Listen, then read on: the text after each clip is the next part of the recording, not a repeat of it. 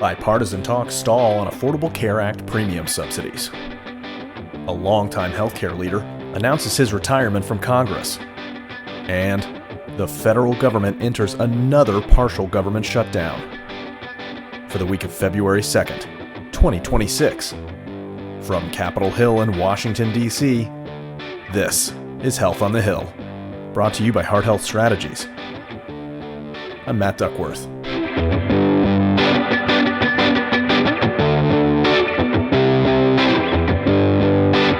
Discussion, perhaps a negotiation about how do we move forward. But the one thing I do know, and that is that a government shutdown is not in anybody's interest. And whether it's a partial one or a 6-bill one or a 1-bill one, but even shutting down DHS. Kicking off this week's episode with news from Capitol Hill, where the Senate passed compromise government funding legislation on Friday in a bipartisan 71-29 vote. The deal struck between President Donald Trump and Senate Democrats includes defense, financial services, labor, health and human services, education, national security, state, and transportation, housing, and urban development funding through September 30th, along with funding for the Department of Homeland Security through February 13th. The agreement provides lawmakers with additional time to negotiate reforms to the Department of Homeland Security bill in light of recent events in Minneapolis involving immigration and customs enforcement, or ICE.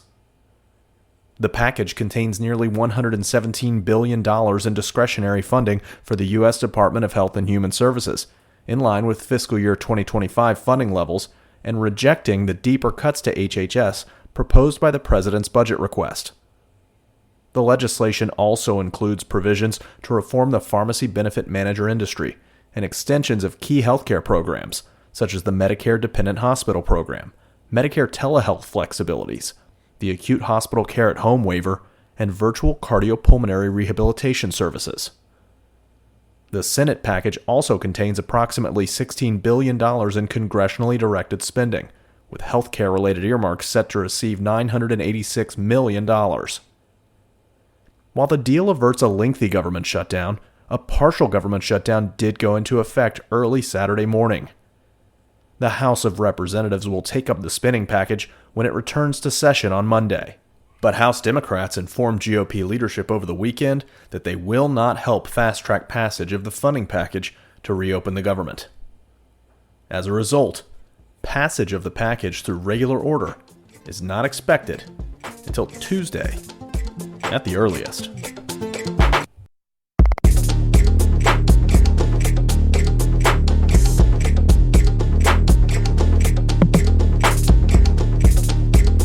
Enrollment has already dropped by nearly 1.5 million people. The average American with an ACA plan has seen their premiums double, and many have seen them much worse than that. It's outrageous. Senators Bernie Moreno, a Republican from Ohio, and Susan Collins, a Republican from Maine, have presented Democrats with their quote-unquote best and final offer to extend and modify the Affordable Care Act's enhanced advanced premium tax credits. Moreno and Collins have led the recent bipartisan negotiations featuring roughly a dozen other senators to extend the enhanced subsidies that expired at the end of 2025. The proposal pitched by Moreno and Collins would extend the tax credits for 3 years, with the first year continuing along the status quo. The credits would then be phased out while providing for an on-ramp to the expansion of health savings account options during the second and third year. The proposal also includes an across-the-board minimum $5 premium, 700% federal poverty-level income cap eligibility, and funding for cost-sharing reduction payments. It also proposes audits to ensure compliance with the Hyde Amendment, restricting the use of federal dollars for abortion services, and the creation of new fines for insurers that deliberately enroll unqualified individuals. Senator Angus King, an independent from Maine who caucuses with Senate Democrats, who has helped negotiate on behalf of Democrats, has responded that the proposal does not represent a bipartisan deal and suggested a return to a full 2-year enhanced tax credit extension. Senator Jeanne Shaheen, a Democrat from New Hampshire, another negotiator, has also raised concerns about the plan's failure to recognize that the Hyde Amendment already applies to the ACA marketplace.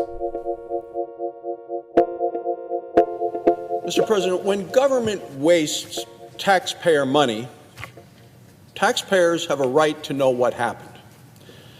And when emboldened criminals steal money intended to help single moms and children in need, taxpayers have a right. Senate Health, Education, Labor, and Pensions, or HELP Committee Chair Bill Cassidy, a Republican physician from Louisiana, and Republican members of the panel Ashley Moody of Florida, Roger Marshall, a physician from Kansas, Tommy Tuberville of Alabama, John Husted of Ohio, Mark Wayne Mullen of Oklahoma, and Tim Scott of South Carolina have announced the formation of a task force to eliminate fraud in federal spending.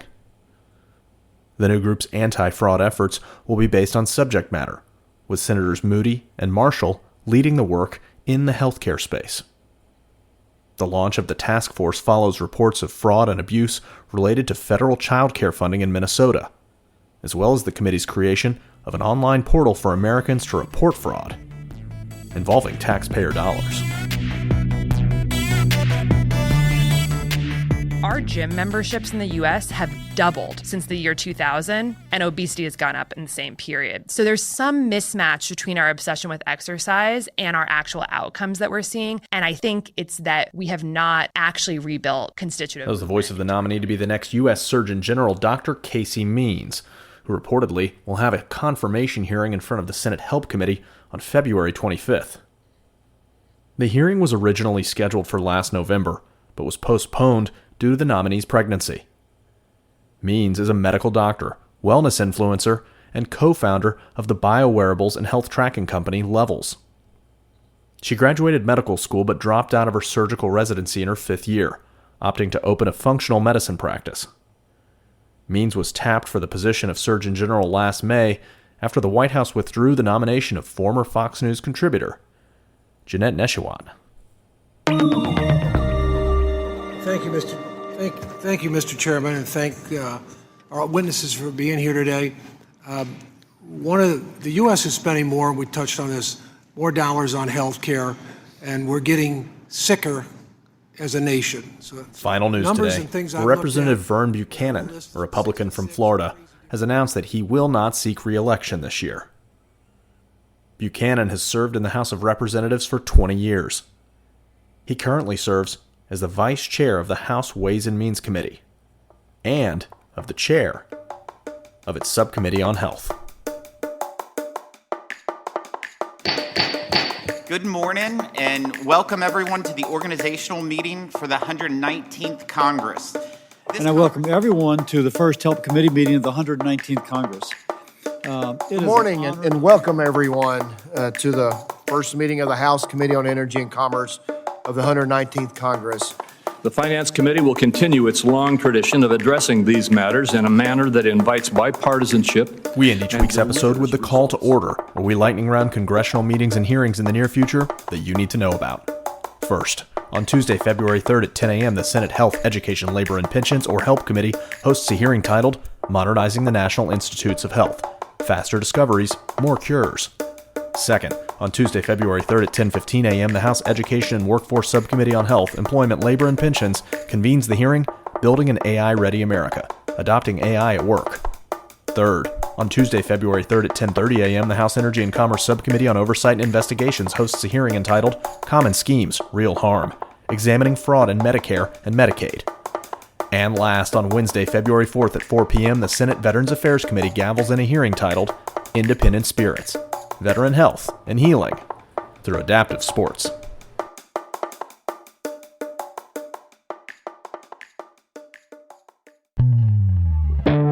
Thanks again for tuning into this week's episode of Health on the Hill, brought to you by Heart Health Strategies.